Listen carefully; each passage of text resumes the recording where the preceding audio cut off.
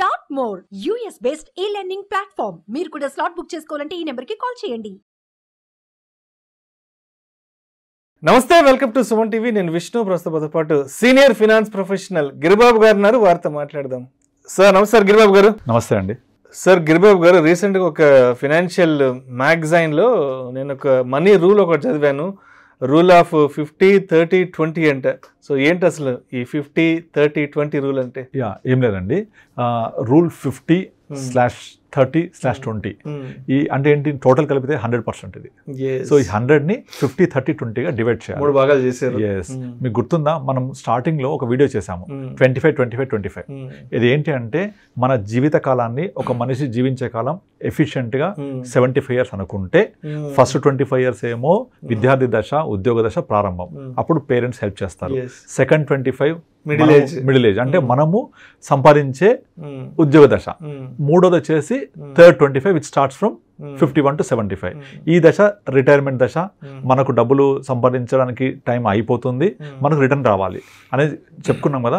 Same అలాగే 50-30-20 ఇప్పుడు 25-25-25కి implement చేయడానికి ఎక్కడైతే మిడిల్ 25లో మనం సంపాదించేటప్పుడు సేవింగ్ చేయాలని మాట్లాడుతున్నామో, ఆ సేవింగ్స్ చేసే వాళ్లకు ఉపయోగపడే ఒక రూల్ ఇది 50-30-20.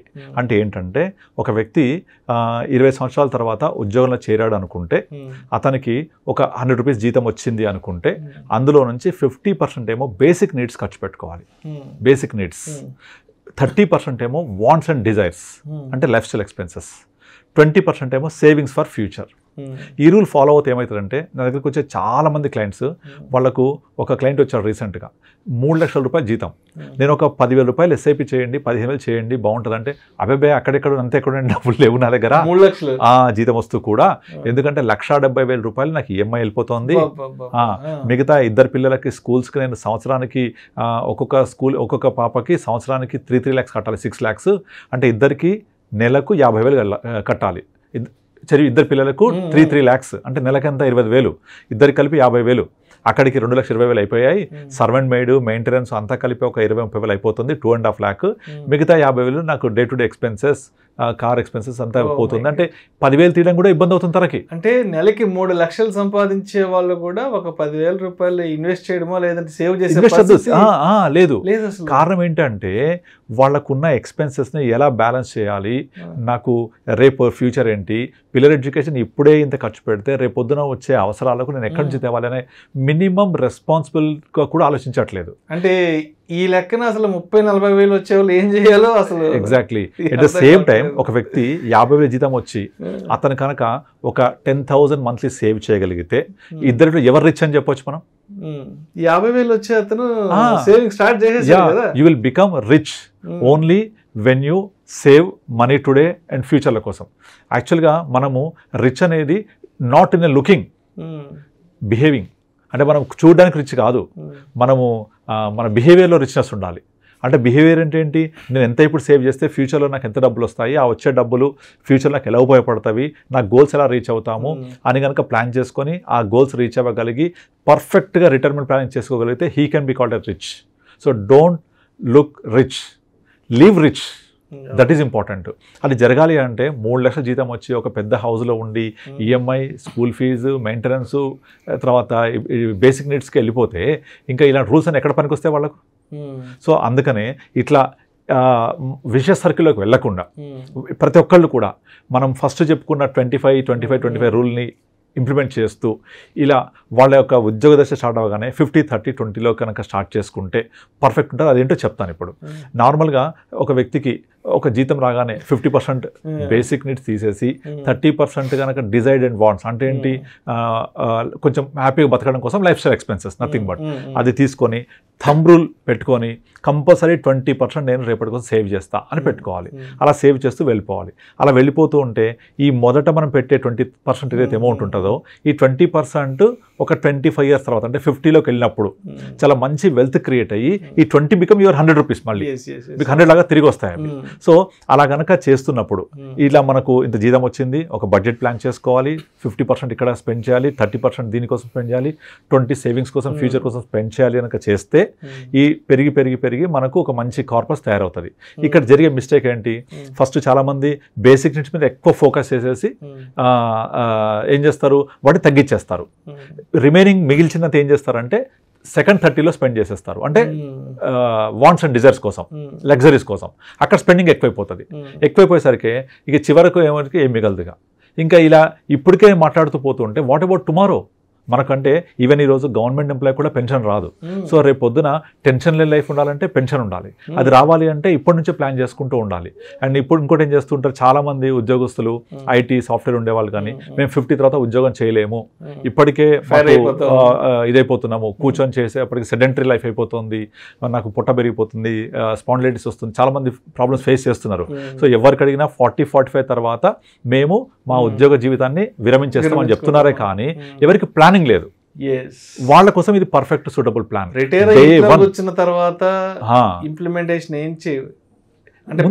ఏంటనేది లేదు. ఎగ్జాక్ట్లీ. యాక్చువల్లీ చాలా మందికి నేను 40కి రిటైర్ అవుతా 40 రిటైర్ అవుతా అని చెప్తున్నారే కానీ తర్వాత ఏం చేయాలి, ఎలా చేయాలి, ఎలా బతకాలనే ప్లానింగ్ లేదు. If you don't have plan you are planning for failure. అలా కాకుండా మీరు ఈ 50-30-20 రూల్ ఫాలో అవుతూ డెఫినెట్లీ డే 1 నుంచే ప్లాన్ చేసుకోవాలి. ప్లాన్ చేసుకొని నాకు 50% ఇక్కడ బడ్జెట్ వెళ్ళిపోవాలి, 30% వాంట్ డిజైర్ వెళ్ళిపోవాలి, 20% వచ్చేసి నాకు ఈ సేవింగ్స్కి వెళ్ళిపోవాలని చేసినప్పుడు ఈ సేవింగ్స్ ఎక్కడ చేయాలి? మళ్ళీ నెక్స్ట్ క్వశ్చన్. ఈ సేవింగ్స్ ఊరికే సేవింగ్స్ డిపాజిట్ సేవింగ్స్ బ్యాంక్లోనో పోస్ట్ ఆఫీస్లో చేస్తే అది కాంపౌండ్ అవ్వదు. అదేమవుతుందంటే మనకు కాంపౌండ్ అవ్వకపోగా ఇన్ఫ్లేషన్ తినేస్తుంది, ఎరోడ్ అయిపోతుంది, వెల్త్ క్రియేట్ కాదు. కనుక మనము ఊరికే రూల్ ఫాలో అవ్వడమే కాకుండా ప్రాపర్గా కూడా ఫాలో అవ్వాలి. అలా ప్రాపర్గా ఫాలో అయినప్పుడు ఈ 20%ని కాంపౌండింగ్ ఫ్యాక్టర్ అయ్యేది ఎక్కడ అంటే ఈ రోజుల్లో మ్యూచువల్ ఫండ్స్లో అది పాసిబిలిటీ ఎక్కువ ఉంటుంది. సో మ్యూచువల్ ఫండ్లో 20% అంటే 1 లక్ష జీతం వస్తే థంబ్ రూల్ 15,000 నుంచి 20,000 మినిమం, అంటే యూ హ్యావ్ టు రీచ్ 20,000 ఇలా పెట్టుకోవాలి. ఈ పెట్టుకుని రూల్ ఇట్లాగే ఫాలో అవ్వాలంటే కాదు, దీన్ని మార్చుకుంటూ కూడా ఉండాలి కొంచెం. ఎట్లా, ఇనిషియల్ పీరియడ్లో మనకు 1 lakh జీతం ఉందనుకుందాం, ఇది ఫాలో అవుతున్నాం, రేపు పొద్దున మన శాలరీ పెరుగుతుంది. శాలరీ పెరిగినప్పుడు మన బేసిక్ ఎక్స్పెన్స్ అనేవి పెద్దగా మార్పు ఉండదు. మేజర్ డిఫరెన్స్ అంతా కూడా మిడిల్ ఈ వాంట్స్ డిజైర్లోనే ఎక్కువ డిఫరెన్స్ వస్తూ ఉంటుంది. ఆ వాంట్స్ డిజైర్స్ని కొంచెం తగ్గించుకొని సేవింగ్స్ పెంచుకుంటూ ఉండాలి. అంటే 1 లక్ష వచ్చిన వాళ్ళకు బేసిక్ ఎక్స్పెన్స్ 50,000 ఉంటాయి, అదే 2 లక్షలు వచ్చిన వాళ్ళకు కూడా బేసిక్ ఎక్స్పెన్స్ మహా అయితే బేసిక్ ఎక్స్పెన్సెస్ 50,000-60,000 మించి ఉండవు. సో అలాంటప్పుడు ఏం చేయాలి, మనము ఈ బేసిక్ ఎక్స్పెన్స్ని ఒక రేంజ్లో, అంటే బేసిక్ ఎక్స్పెన్స్ అంటే మెయిన్గా ఫుడ్, గ్రాసరీస్, రెంటల్ ఎక్స్పెన్సెస్, తర్వాత మ్యాండటరీ ఈఎంఐస్ ఇలాంటివి అనమాట. దాని తర్వాత దాన్ని ఎలాగో మనం స్క్వీజ్ చేసుకొని ఎక్కడైతే మన సేవింగ్స్ జరుగుతుందో దాన్ని అంతా కూడా ఇన్వెస్ట్మెంట్లోకి మలచాలి. ఆ ఇన్వెస్ట్మెంట్లోకి మలిస్తే ఆ 20% పెరిగి పెద్దదై కాంపౌండింగ్ ఫ్యాక్టర్ ద్వారా మీకు ఎనార్మస్ వెల్త్ క్రియేట్ అవుతుంది. ఇమాజిన్ మీ 50 సంవత్సరాల వయసు ఉండే అప్పటి వరకల్లా మీ దగ్గర పోర్ట్ఫోలియో ఒక 5 కోట్లు ఉందనుకోండి. 5 కోట్లు ఉంది అంటే ఎంత కంఫర్ట్ ఉంటారు మీరు. ఈ 5 కోట్లు అనేది చాలామంది ఏం చేస్తారంటే ఒక ఇల్లు కొనేస్తే అయిపోతుంది, లేదా మా తాతల ఇల్లు, లేదా మా పూర్వీకుల ఇల్లు, లేకపోతే ల్యాండ్, పొలము, స్థలం వస్తుంది అనుకుంటారు. జరుగుతుంది అది. ఒక ఇల్లు స్థిరాస్తి, వాల్యూ ఉంటుంది. కానీ ఆ వాల్యూ అనేది వాల్యూ రూపంలోనే ఉంటుంది. ఆ వాల్యూ మీకు డబ్బులు ఇవ్వదు. మీరు రిటైర్మెంట్ అంటే ఏంటి, పెన్షన్ కావాలి, ఇన్కమ్ కావాలి, అది ఇస్తుందా ఇవ్వదా, that is very very important. ఆస్తి వేరు, మంత్లీ ఇన్కమ్ వేరు. మంత్లీ ఇన్కమ్ వస్తేనే మీరు ఎంత గొప్ప ఆస్తి పరులైనా హ్యాపీ లివింగ్ చేయడానికి అవకాశం ఉంటుంది, హ్యాపీగా లివ్ చేయడానికి అవకాశం ఉంటుంది అనమాట. కనుక కంపల్సరీ మన సేవింగ్స్ లిక్విడ్ రూపంలో ఉండాలి. 50 తర్వాత కూడా వెళ్ళి మీరు స్థలము, పొలము ఇలాంటి కొన్ని పెట్టేసి అది వాల్యూ పెరిగిందంటే నో యూజ్. దానివల్ల మీకు మంత్లీ ఇన్కమ్ ఎవరిస్తారు? 50 తర్వాత రిటైర్మెంట్కి అయిన తర్వాత మీ టైం మీరు మేనేజ్ చేసుకోవచ్చు, తర్వాత మీ లైఫ్ స్టైల్ ఇష్టమైనట్టుగా మీరు గడపచ్చు. అప్పుడు మంత్లీ ఇన్కమ్ కావాలి, అది ఎవరిస్తారు? అది ఆలోచన చేయాలి. అంతేగాని చాలా మందిని అడగండి, మీ ఫ్రెండ్స్ ఎవరైనా, వాళ్ళ యొక్క ఆస్తి రూపంలో ఉంటాయి 2-3 కోట్లు, కానీ లిక్విడ్ రూపంలో ఎంతమంది దగ్గర ఉంటుంది? మ్యూచువల్ ఫండ్స్ రూపంలోనో లేకపోతే మంత్లీ ఇన్కమ్ వచ్చే రూపంలోనో ఉంటే వాళ్ళు నిజమైన ఆర్థిక స్వేచ్ఛ కలిగిన వారు. కనుక ఆర్థిక స్వేచ్ఛ ఉండాలి అంటే ఇలా ప్రాపర్గా రూల్స్ పెట్టుకొని ఫాలో అవుతుండాలి. అందులో ఫెంటాస్టిక్ రూల్ 50-30-20. సో ఇలా మనం వెళ్తూ ఉంటే మన కార్పస్ బిల్డ్ అవుతూ ఉంటే by the time you retire your corpus will be exactly not less than 4 to 5 crores.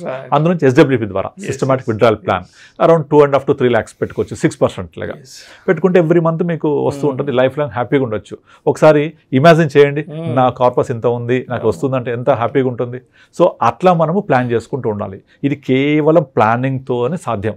ఆ ప్లానింగ్కి ఫాలో అవ్వాల్సిన ఒక రూల్ ఇది. వితౌట్ ప్లాన్ మీరు ఏది కూడా సాధించలేరు. ఆ ప్లాన్ చేసుకొని మనము ఎలా గోల్ రీచ్ అవ్వాలని వెళ్తూ రివ్యూ చేసుకుంటూ వెళ్ళాలి. అలా చేయాలి అంటే మీకు ఫైనాన్షియల్ అడ్వైజర్స్ ఉంటారు, వాళ్ళని కలవచ్చు. They will properly guide you.